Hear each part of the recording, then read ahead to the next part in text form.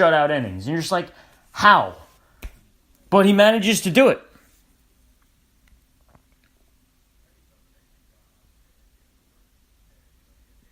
Martin Perez has really come out of deep left center field this year.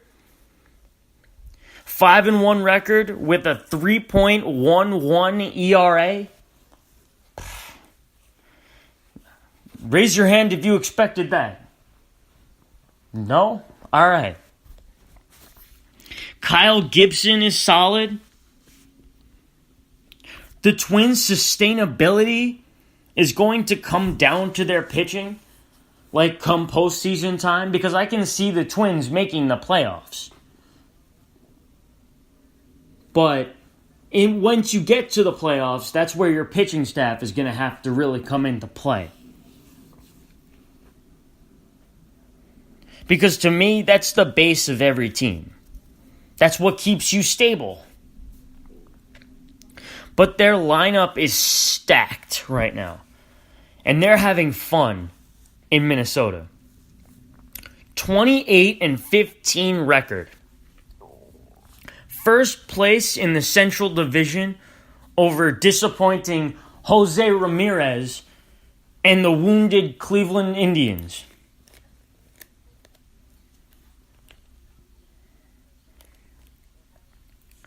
I know that I've brought up the Cincinnati Reds. Their offense, who got off to an abysmal start after expectations went up this offseason with all their moves. I've talked about them acquiring actual major league pitchers like Sonny Gray, Alex Wood, who still hasn't pitched in a Reds uniform yet, and Tanner Roark to fill out their staff, which was their biggest weakness a year ago.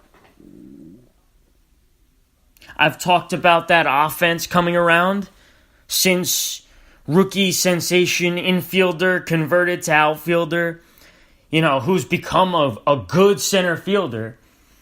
Nick Senzel has entered the lineup. What I haven't talked about nearly enough is the job that Luis Castillo has done this season after his very rocky first full season in the big leagues. Now, I knew he would break out. I knew he was going to break out eventually. I just guessed a year too early. But you watch him, and he has that ace type of stuff. Swing and miss stuff. The 26-year-old right-hander figured it out and has been absolutely sensational. 5-1 record, an ERA of 1.90 with 76 strikeouts in 61 and 2/3 innings. His whip is under 1. I think it's 9.957. He's given up just 13 runs total in 10 starts. This kid, Castillo, has looked like one of the best starting pitchers in all of baseball. He may very well be the favorite for the NL Cy Young Award as of right this second. Pretty crazy to think about. With all the great pitchers in the National League, that Luis Castillo not only would take a step or two forward, but become not only their ace, but one of the best pitchers in the major leagues. Another terrific outing last night. This time against the Chicago Cubs team, who had been about as hot as you can be. He gave up just 2 hits, 2 runs, 1 walk, and 6 strikeouts through 5 1/3 before a rain delay unfortunately shortened his night. The Reds, obviously, they won the game. They won the game 4-2. And they're getting closer to 500. So they're digging themselves out of that early hole they put themselves in.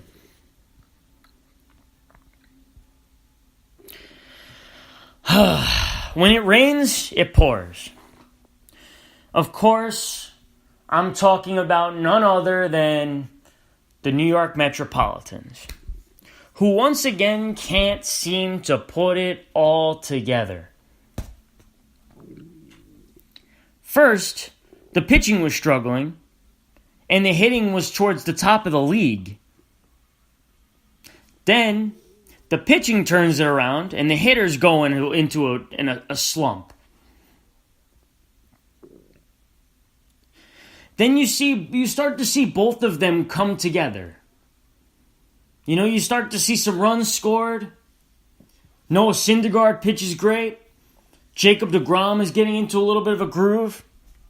Zach Wheeler for the last month has been very good. The hitters start to come around. They start to, they score 11 runs in one game, 5 runs in another, 7 runs in another. What else can go wrong? Yesterday was a painful day for them in the nation's capital. Not only did they lose 2 out of 3 and give the Nationals back-to-back wins for the first time since April 17th and 18th, showing how badly they've struggled, but Michael Conforto was red hot at the plate. Big reason why the Mets offense has come around, by the way. Homered earlier in the game. He lately appeared as if he was on a blinding streak when it comes to getting on base. And then he goes down in the most Mets way possible. He runs into his own teammate, Robinson Cano's shoulder, while going after a pop fly. Of course, the worst, a concussion. 7-day injured list. See, hearing concussion is always concerning. I don't care what the sport is. Anything that involves the head. Hearing concussion is concerning because you never know how long it'll last before he's ready to go. And once you're concussed, there's always a better chance that it can occur again. 3 worst things you can hear, to me.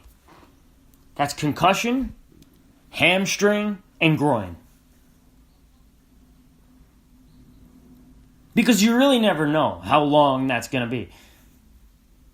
How long that's going to affect you. And then Jeff McNeil, who owns one of the highest batting averages in all of baseball, left the game yesterday as well with abdominal pain. Luckily for him and the Mets, it doesn't appear to be anything serious, and he came out of yesterday's game for precautionary reasons. So that's good news for anybody who owns Jeff McNeil in fantasy, and for Mets fans out there, for the Mets organization. Because Jeff McNeil has come in and been well above and beyond what was expected from him this year. They didn't even know if he was going to be an everyday player coming into the season. With Jed Lowry coming back, and them having to see if McNeil can play the outfield because they have too many infielders, what they were going to do if they were going to platoon him. And he's turned into their best hitter. They need him in the lineup every day.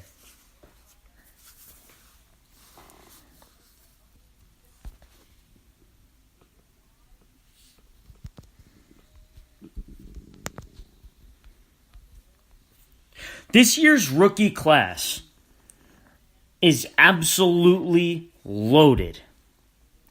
The power, speed, and athleticism that has come out this year and last year has just blown fans away.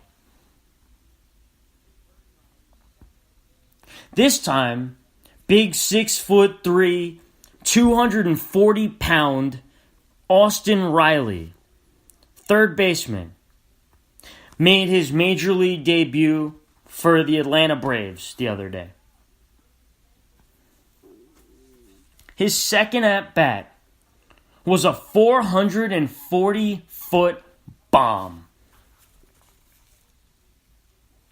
Next day, 3 for 4, 2 runs scored, and an RBI.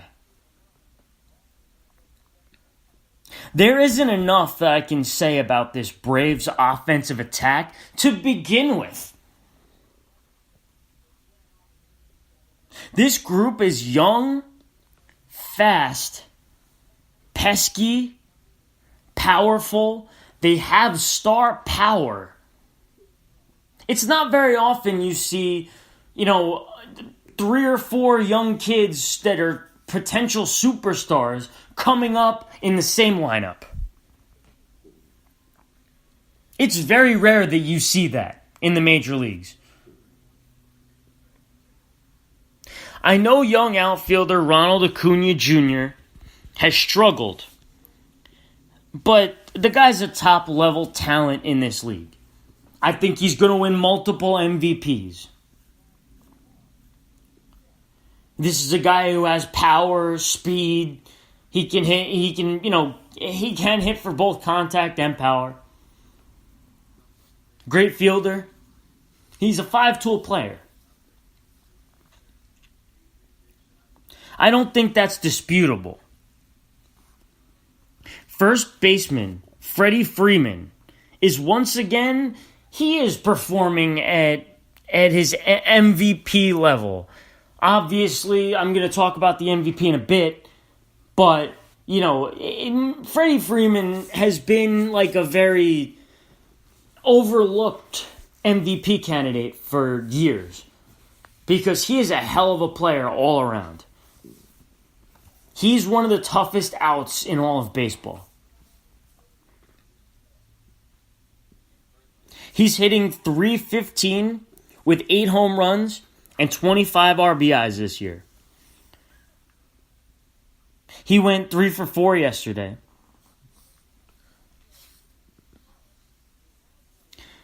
And then you got Ozzie Albies, who's a very good hitter with pop and is a terror on the base paths. He's going to be an all-star for years to come. When I see him hit a ball in the gap, I'm thinking, because not only is he fast, he's aggressive. This is the kind of kid who, he hits the ball in the gap, he's thinking triple right out of the box. And you can see it. See him rounding the bases, helmets flying off. You see him, he's running for his life every time. He's pesky. You don't want him on the bases.